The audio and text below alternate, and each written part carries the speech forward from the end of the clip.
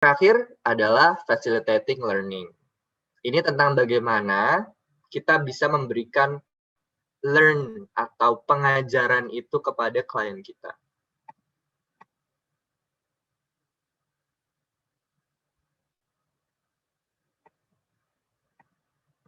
Pada klien kita. Ada dua cara yang bisa biasa dilakukan dalam conversation one-on-one, yaitu cara mentoring dan juga cara coaching. Inilah yang kalau teman-teman notice membedakan, ada yang disebutnya mentor, ada yang disebutnya coach. Mentor itu adalah seseorang yang facilitating learning dengan cara memberikan expertise dan pengalaman mereka untuk membantu memberikan langsung kepada mentee mereka. Coach, cara coaching itu berbeda dengan mentoring karena coaching tidak memberikan spesifik expertise dari coach-nya, tapi coach akan mencoba membantu memberikan pertanyaan powerful, memberikan pertanyaan yang nge-trigger kreativitas dan juga ide-ide baru dari coach-nya, sehingga coach-nya yang akan dibakar semangatnya untuk mencari solusinya tersebut. So it's a little bit different dari bagaimana cara mendapatkan solusinya. Mentor memberikan langsung dari pengalamannya, coach mencoba mengerti permasalahan coach dan memberikan pertanyaan-pertanyaan yang harapannya bisa membantu coach untuk mencari solusinya. Dua hal ini, teman-teman bisa combine actually ya, di conversation konsultan nanti. Untuk di awal, teman-teman belum terlalu paham bagaimana problem yang dimiliki dari klien teman-teman, pakai cara coaching. Pakai cara coaching untuk probing questions, untuk cari tahu apa kendala mereka, apa yang sudah mereka lakukan, apa real root problem yang bisa ditemukan, yang bisa diselesaikan dalam waktu 20 menit sampai 1 jam itu. Ingat durasinya juga ya. Ketika teman-teman udah merasa cukup tahu dengan permasalahan mereka, udah cukup jelas dengan apa yang mereka sangat concern kan, stop using coaching dan bisa pindah ke mentoring way di situ. Saatnya di sini teman-teman untuk give your best solution, your best wisdom di situ. Nah, jadi combining coaching and mentoring di sini bisa membuat teman-teman jadi lebih giving the effective solution, a more effective solution. Karena kadang-kadang kalau kita langsung mentoring doang, itu akan terlalu fokus untuk ngasih solusi yang menurut kita benar. Padahal itu belum benar menurut root problem yang dimiliki dari klien. Kalau cara coaching, ini bisa dilakukan hanya aja kadang membutuhkan waktu yang lama. Nggak bisa satu sesi. Karena kan akan menggali, dan nge-trigger lewat coaching-nya, dan kadang-kadang coaching-nya pun bingung di situ. Sehingga combining this both solution works a tons. And if kita bisa nguasain 4 fase ini, kita udah akhirnya ya building relationship oke, terus setting expectation udah oke, komunikasinya udah lancar, dan dalam pembelajarannya juga udah combining coaching dan mentoring way, tinggal nanti teman-teman nge-wrap up di akhir gitu, ngelihat waktunya juga, durasinya juga, oke kalau udah tinggal berapa menit, ya bisa di-wrap up aja itu, dan ya sudah selesai sesi coachingnya, dan jangan lupa untuk minta feedback dari kliennya gitu, apa yang bisa membuat kita lebih baik supaya next session bersama Buka Suaranya jadi makin oke, dan teman-teman pun juga makin bisa belajar untuk menjadi konsultan yang lebih baik.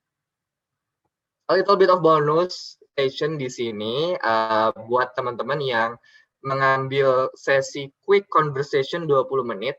Berdasarkan pengalaman saya pun ini sangat-sangat perlu efektif, sangat-sangat terasa cepat sekali. Dan kalau teman-teman bertanya, ini caranya gimana ya 20 menit? Ngebahas semuanya tadi kayaknya basa-basi aja udah 10 menit misalnya ya, kayak gitu. Aku memberikan little bit of guide di sini. Misalnya ya, kita akan ngebawa conversation 20 menit dengan klien gitu. Misalnya saya sendiri di bidang karir ya, atau self esteem gitu. kita bisa melakukan guide singkat ini untuk checklist dari 4 fase tadi. We can start dengan greeting singkat gitu ya, seperti ini. Halo, aku Aryo, konsultan buka suara yang kemarin Mas hubungin, gitu kan. It's a greeting singkat. Kemudian kita bisa langsung pindah ke building trust di situ. Apa kabarnya nih? Senang ya akhirnya bisa ketemu langsung. Kemarin kan baru di WA doang ya, atau baru di email doang ya, baru ngelihat wajahnya doang. Akhirnya bisa ketemu langsung di sini lewat Zoom. Finally, senang banget gitu. Building trust di situ. Dia akan ngerespon dengan hai, iya mas, bla bla bla bla bla. Kita bisa talk sedikit gitu di sana. Dan tidak terlalu lama, langsung aja, oh oke, baik. Mas, baik ya, ternyata kabarnya saya senang mendengarnya. Kalau begitu kita bisa mulai saja langsung, atau masih ada yang Mas mau lakukan dulu sebelum dimulai. Di sini saya biasa melakukan pertanyaan ini untuk benar-benar nge-setup supaya dia yang mengatakan, iya saya siap untuk mengikuti ini. Sehingga fokus dia, distraksi dia udah ditaruh di situ. Kadang-kadang saya juga naruh kalimat-kalimat seperti, supaya sesinya membantu, 20 menit ini benar-benar powerful untuk Mas atau Mbak, saya menyarankan, Mas, di sini kita fokus aja 20 menit di sini. Kalau misalnya ada pekerjaan ditaruh dulu, ada deadline ditaruh dulu, supaya 20 menit yang kita miliki lebih powerful di sini. Kita nge-set up tadi ya, clear goals, humility to learn, sama benar-benar dia fokus juga di sini. Dan langsung bisa dibahas ke setting up expectation. Kalau dia bilang, oke, saya siap mas, gitu. Oh, oke. Baik, untuk sesi ini akan kita lakukan selama 20 menit ya, di mana kita akan membahas terkait topik yang kemarin Mas bilang ya, tentang X gitu, tentang karir misalnya. Mungkin nanti di sini saya akan menggali dulu permasalahan Mas dengan bertanya terlebih dahulu untuk probing. Kemudian nanti setelah saya bisa memahami garis besarnya, saya akan berikan ide dan solusi yang saya lihat bisa membantu Mas di sini. Dan karena waktu kita hanya 20 menit saja, kira-kira terkait topik karir ini, apa sih fokus yang akan kita bicarakan di sesi 20 menit ini?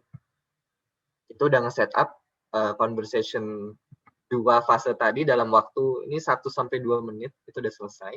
Kita udah ngingetin waktunya sedikit, dan kita udah nanya fokusnya apa, karena kita udah nge-scope, minta nge-spesifikin lagi karir yang sifatnya general itu, apa yang akan dibicarakan di 20 menit ini.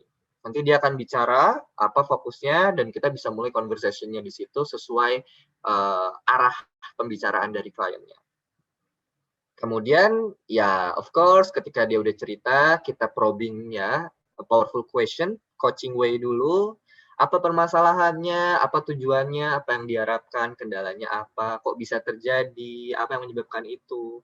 Banyak hal yang bisa kita lakukan untuk menggali, silakan itu dari sisi keenakan teman-teman, atau melakukan searching di Google pun juga banyak ya. Teman-teman bisa lakukan powerful questions for coaching, itu udah banyak banget yang bisa teman-teman pelajari di situ.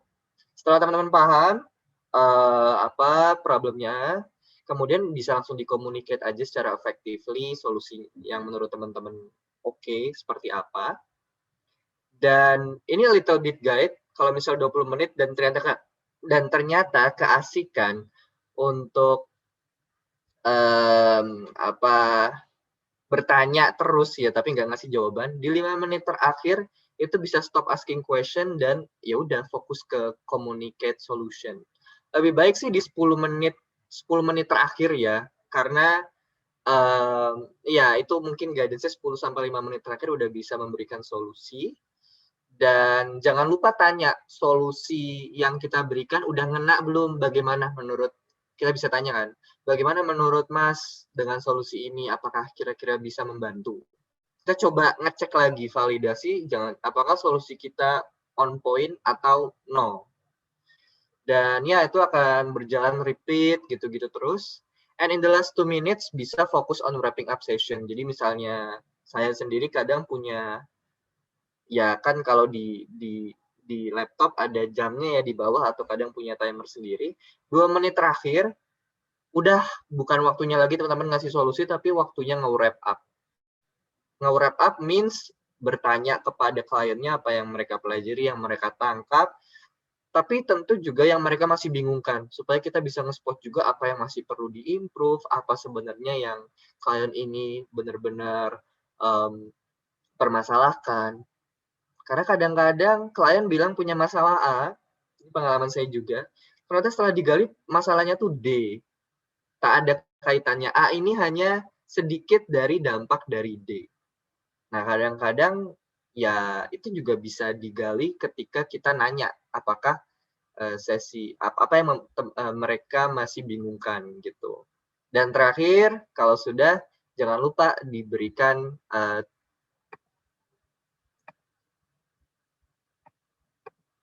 dan terakhir jangan lupa untuk diberikan rasa terima kasih juga.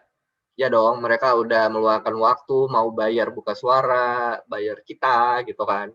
Thank you for the time, effort, sama atensi mereka di sini gitu. Wish them luck, semoga lancar ya setelah ini. And kalau nanti masih ada yang dibingungkan, boleh yuk kita set up another session lewat buka suara lagi gitu. Itu bisa dilakukan di situ. And ya, biasanya udah bye-bye, dadah-dadah, and ya, conversation ends 20 menit di situ. Terus gimana kalau conversation-nya 1 jam? Actually sama, cuman teman-teman bisa expand lebih dalam lagi, lebih luas lagi dari guidance 20 menit conversation ini. Itu aja, I guess that's it terkait facilitating one-on-one consultation. Thank you for being a part of konsultan di Buka Suara. Semangat buat teman-teman yang akan melakukan konsultasi one-on-one dengan klien-klien kita. Semangat dan ya semangat dan sampai jumpa.